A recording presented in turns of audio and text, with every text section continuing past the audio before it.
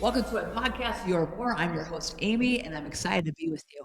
Today, we're going to be talking about a subject matter that all of us have experienced in life.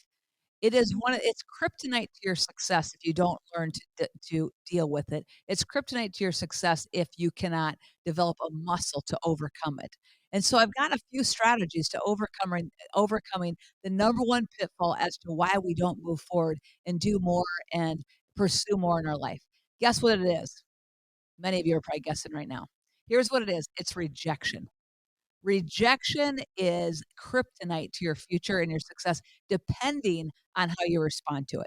If you respond in a way that you withdraw, you step back, which is a natural reaction, guys. But if you step back and react like that and you don't get back up, it has the power to literally ruin and put a ceiling on your potential, put a ceiling on your growth, put a ceiling on your destiny if you can't handle the rejection. So I have a couple thoughts on the rejection piece because it's something that I've had to navigate through. I'm in the real estate business. I'm in a sales business, right? I've experienced massive amounts of rejection. And you're like, Amy, you've done well. Yeah, that's how I just have had to keep popping back up and overcoming. But the rejection, I've had to handle it in two ways. First of all, I took one of it and I said, well, okay, if you're rejecting me, I'm not being chosen. Why am I not being chosen? Because I want to be chosen next time. So tell me what I need to do. Maybe we weren't a good fit, but maybe there's something that I can learn from and be better for my next appointment so I don't screw the next opportunity up, right? So rejection can be good feedback for you.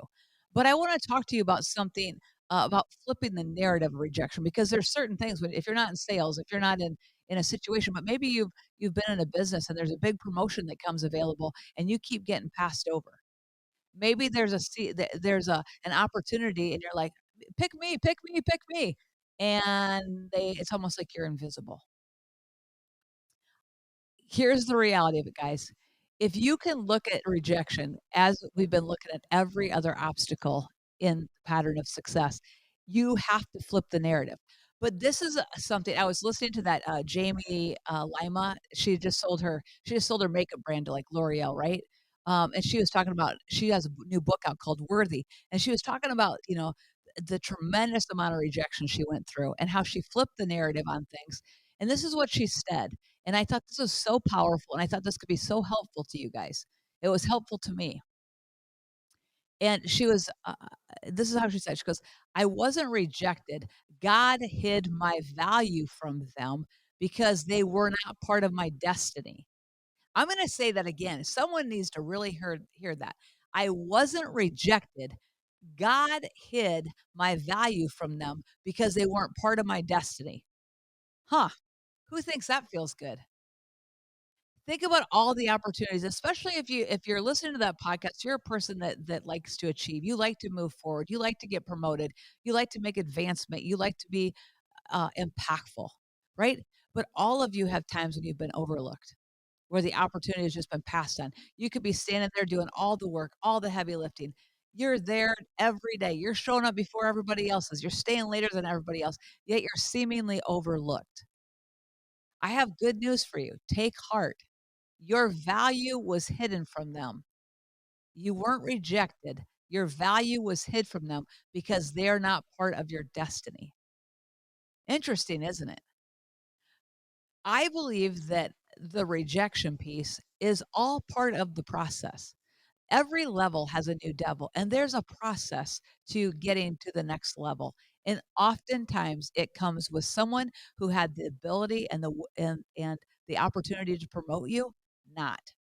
It's all part of the process. You're being processed. And what it's doing, it's weeding out all those things, all the insecurities come to the top, right? Everything that would try to dictate your self-confidence and your self-worth. Like it all tries to get crushed on your path forward. So here's what I've been discovering. Self-confidence can be shaken. Lose a couple deals, lose a couple opportunities, your self-confidence can be shaken. Self-worth has a whole different vibe to it. Self-worth is something like, I know God has a plan for me. I know I'm on this purpose for greater. I know good things are ahead of me. I know that I'm blessed. I know that the things that I do are good in this community. The things that I set my hand to prosper and increase. I know that. That's just, I'm worthy of that. Like good things come through my hands. I can be impactful, right? But you can get into a season where rejection, you get so wounded because someone that you may have looked up to, typically it's not coming from someone that you don't care about, someone that you may have looked up to, potentially idolized, aspired to be like, passed on you. They didn't promote you. In fact, maybe they did the exact opposite. They cast you aside. They treated you like you didn't have any real value. Guess what I can tell you? It's a process that's all working for you. I want to go back to Joseph. A few weeks ago I talked about the power of Joseph. He went from the pit to the palace, right? He went from, telling his brothers, he's a guy in the Bible who went from, and it's the whole story is found in Genesis, but he went from telling his brothers about his dream and his vision, and he had so much favor on him. His father, created a coat of many colors for him, and there was so much jealousy that came from the brothers. They tried to get rid of him, but God always had a plan to get Joseph to Egypt, and so all the jealousy that came against him, the selling him into slavery, taking him to Potiphar's house, he had to get there. Like, there's always a plan that's working behind it, and it's always for your good. So let's go back to Joseph. Joseph is in Potiphar's house, and Potiphar's wife is just pursuing him, pursuing him, pursuing him. He's like, "No, no, no." And one day she sees an opportunity because she's basically been rejected by him multiple times. She says, "Oh, I've got his clothes. I've got his tunic. I can't remember what she grabbed. She had some piece of clothing or something." And she basically went screaming out and told her husband that he tried to rape her. So he was falsely accused of something that he did not do, finds himself thrown into jail. But the Bible says that even though he was there, whatever he did, God caused him to prosper. Whatever he went through, the hand of God was upon him, and he always caused him to prosper. Well, he's working in the jail, he's in prison basically, and the warden promotes him, but he's still in prison. And 2 people come to him, and they've had dreams, and they don't know how to interpret the dreams. And so Joseph interprets the dreams for him, and he goes, and the dreams are true, right? He tells the butler and the baker what their dreams mean, and he says to him, "Hey, when you get up there, remember me. Like, hey, get me out of here. Help me. Get me out of here. Don't forget me. Don't forget me down here. I just helped you. I just interpreted your dreams for you." Well, guess what? They go on and they forget about him for a season. They go on and they forget about him until a need arises where Potiphar has a dream and he needs someone to interpret the dream. So what do? They go get Joseph. Hey, I remember this guy down there in jail. He knew how to interpret dreams. So it was all working for him, but it was a timing thing. So can you imagine the frustration? I mean, he just gave these guys, he's falsely accused, he's in prison for no reason. He's sitting down there making the best of a bad situation. He gives these guys keys to their future. One gets promoted, one gets uh, basically killed. And he tells them all that though in their dreams, and it all comes true. And yet he doesn't get pulled out of that place. He doesn't get favored. He doesn't get pulled out. He is in a process of, will you trust me? A process of, I'm going to just keep putting one foot forward in front of the other. I'm going to keep doing my best. I'm going to keep showing up at the highest level I can show up. I'm going to keep dreaming and believing and working as diligently as I possibly can work. I'm going to do that. That ultimately will lead to your promotion. But here's the thing, when you flip the narrative on rejection, the crippling, debilitating power of rejection loses that sting. When you flip the narrative and say, ah, you know what? I'm not rejected. My value has been hidden from you because you're not part of my destiny. Guys, doesn't that feel revelatory? Doesn't that feel great? Like, oh, hey, this all makes sense. They didn't see my value because ultimately that wasn't what was best for my future. They weren't part of my destiny. They weren't supposed to be. I wasn't supposed to be in that. Even though that doesn't feel good when you get passed on, when you get rejected, when there's an opportunity for you to be promoted and they don't promote you, I'm telling you guys, I've been there. It hurts. It's not fun. It can cause you to pull back, to retreat, to withdraw, to basically go pack your bags and say, "Okay, well, I'm not doing this anymore." And you could have a whole pity party on rejection. Many of you have experienced rejection in relationships.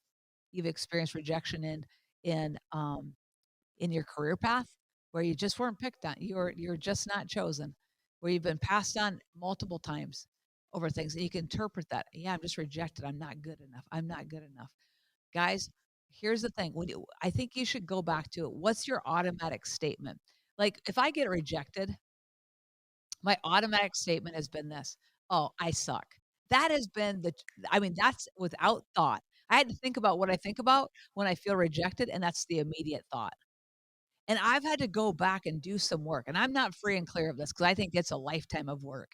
I think it's a it's a decade, it's decades of self-development where you can develop, like, brain hacks and mind hacks to be able to overcome rejection because it is a part of life, and the higher you climb, the greater the opportunity for rejection is because you're going into different areas that you don't feel as stable in.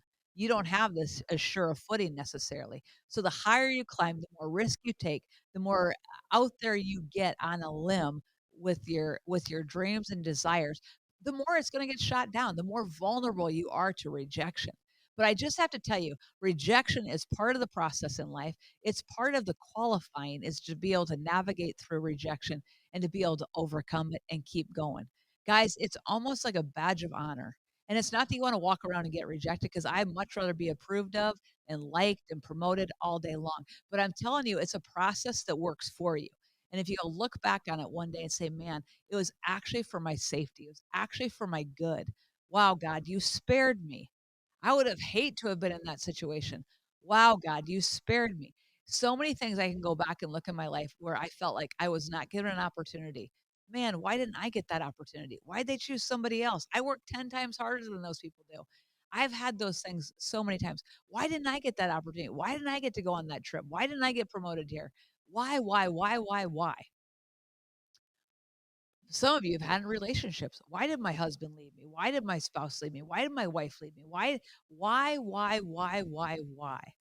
And some of it is just absolutely awful, right? And the awfulness of rejection is huge.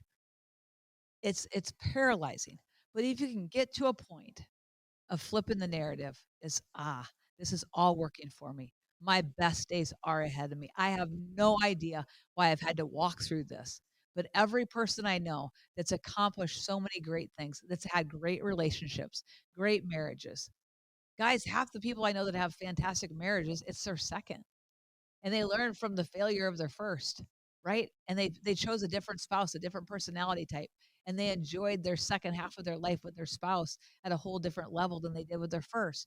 Guys, there's always good working for you. Every negative situation turned for your good. The pit to the palace, right? Turned for your good. But the power of walking through rejection and being able to flip that narrative will cause you to be able to ascend when others would descend. It'll cause you to be able to keep moving forward when it would have been too much of a setback for others. But part of your destiny, part of the obstacle to your destiny, part of the I call it just the border guards to your destiny is being able to overcome rejection.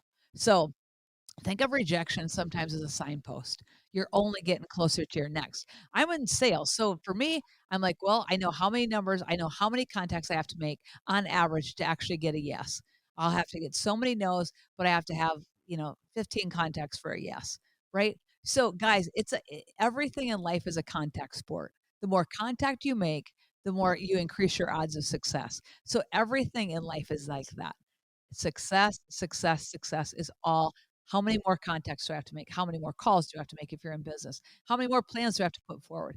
How much more? There's effort that goes forward. You have to put your foot forward and keep growing and keep going and keep developing yourself personally. Because as you develop yourself personally, that's what literally changes the narrative in your life.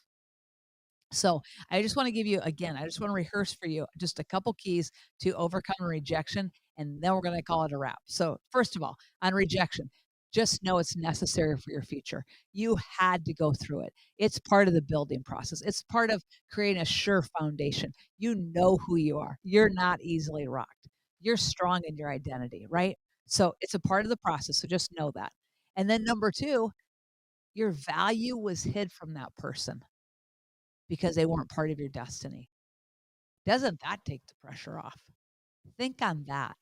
Every time you experience that, let that anthem play out loud. Ah, if it wasn't something that I could go get some kind of a uh, constructive criticism from or constructive feedback on, oh, then it just was. They're just not my tribe. They're not who I'm supposed to be aligned with.